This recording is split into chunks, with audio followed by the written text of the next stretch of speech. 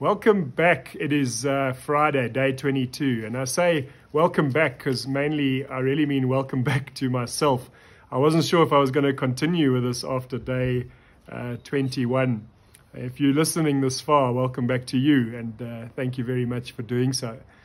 I thought I'd talk about something a little bit more frivolous today. It is Friday. We have 2 more weeks, or so we hope, of our lockdown. And one of the comments that have certainly been flying around my house has been, I wish I had my hairdresser here. If there was one person I could share this lockdown with, it would be my hairdresser.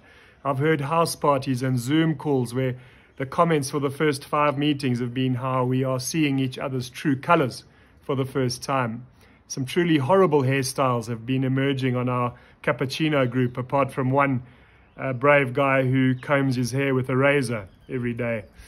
But the topic of hairstyles and hair has been prevalent in our household, and it reminded me of my very first street haircut in the early 1990s. I had had my combi window broken into, and thanks to an inquisitive bargain hunter, I was feeling particularly hot and bothered, and so I went across from the road from the window repairers to the old Big Ben shopping center in Randburg.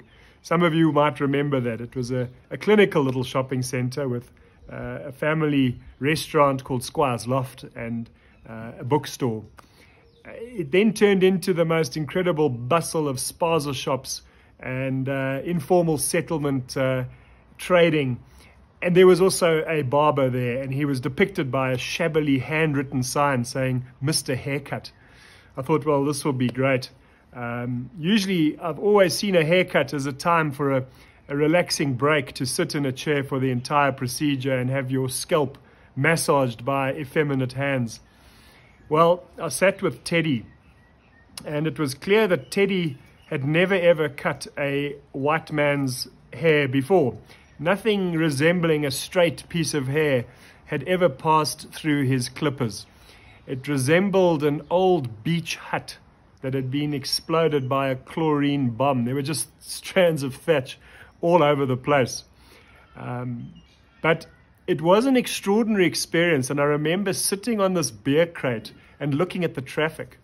And as people started to notice what was going on there were signs of great spontaneity. People rolled down their windows and shouted something humorous across the highway. There were waves and thumbs up. There was a couple of people hooting as they went past. And this was the early 90s. And Teddy, I don't know where you are right now, but if you ever have another straight-haired client, shave up against the grain and tell them to watch the traffic. It got me thinking, though, that these mental barriers that we have, to cross them are not achieved by governmental policy. They occur when we are willing to get out of our armored cars, to settle on a beer crate and to see life from the other side.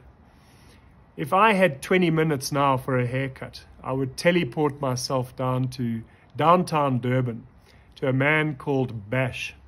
Bash is a Ghanaian. He is an ex-professional footballer whose injury cut him short in his career. Amongst many other things, he owns and operates a hairdresser in Warwick Triangle, just near Victoria Junction. And Bash can tell you stories about sports and about religion, and he is qualified as an authority to speak on many, many subjects. Bash could also tell you about hardship, but he lives with hope. And you always get so much more than a haircut when you spend time with Bash. And so today, it being Friday, perhaps let your hair down. You might as well, because you've probably got no choice. So just enjoy it, and we'll see you tomorrow.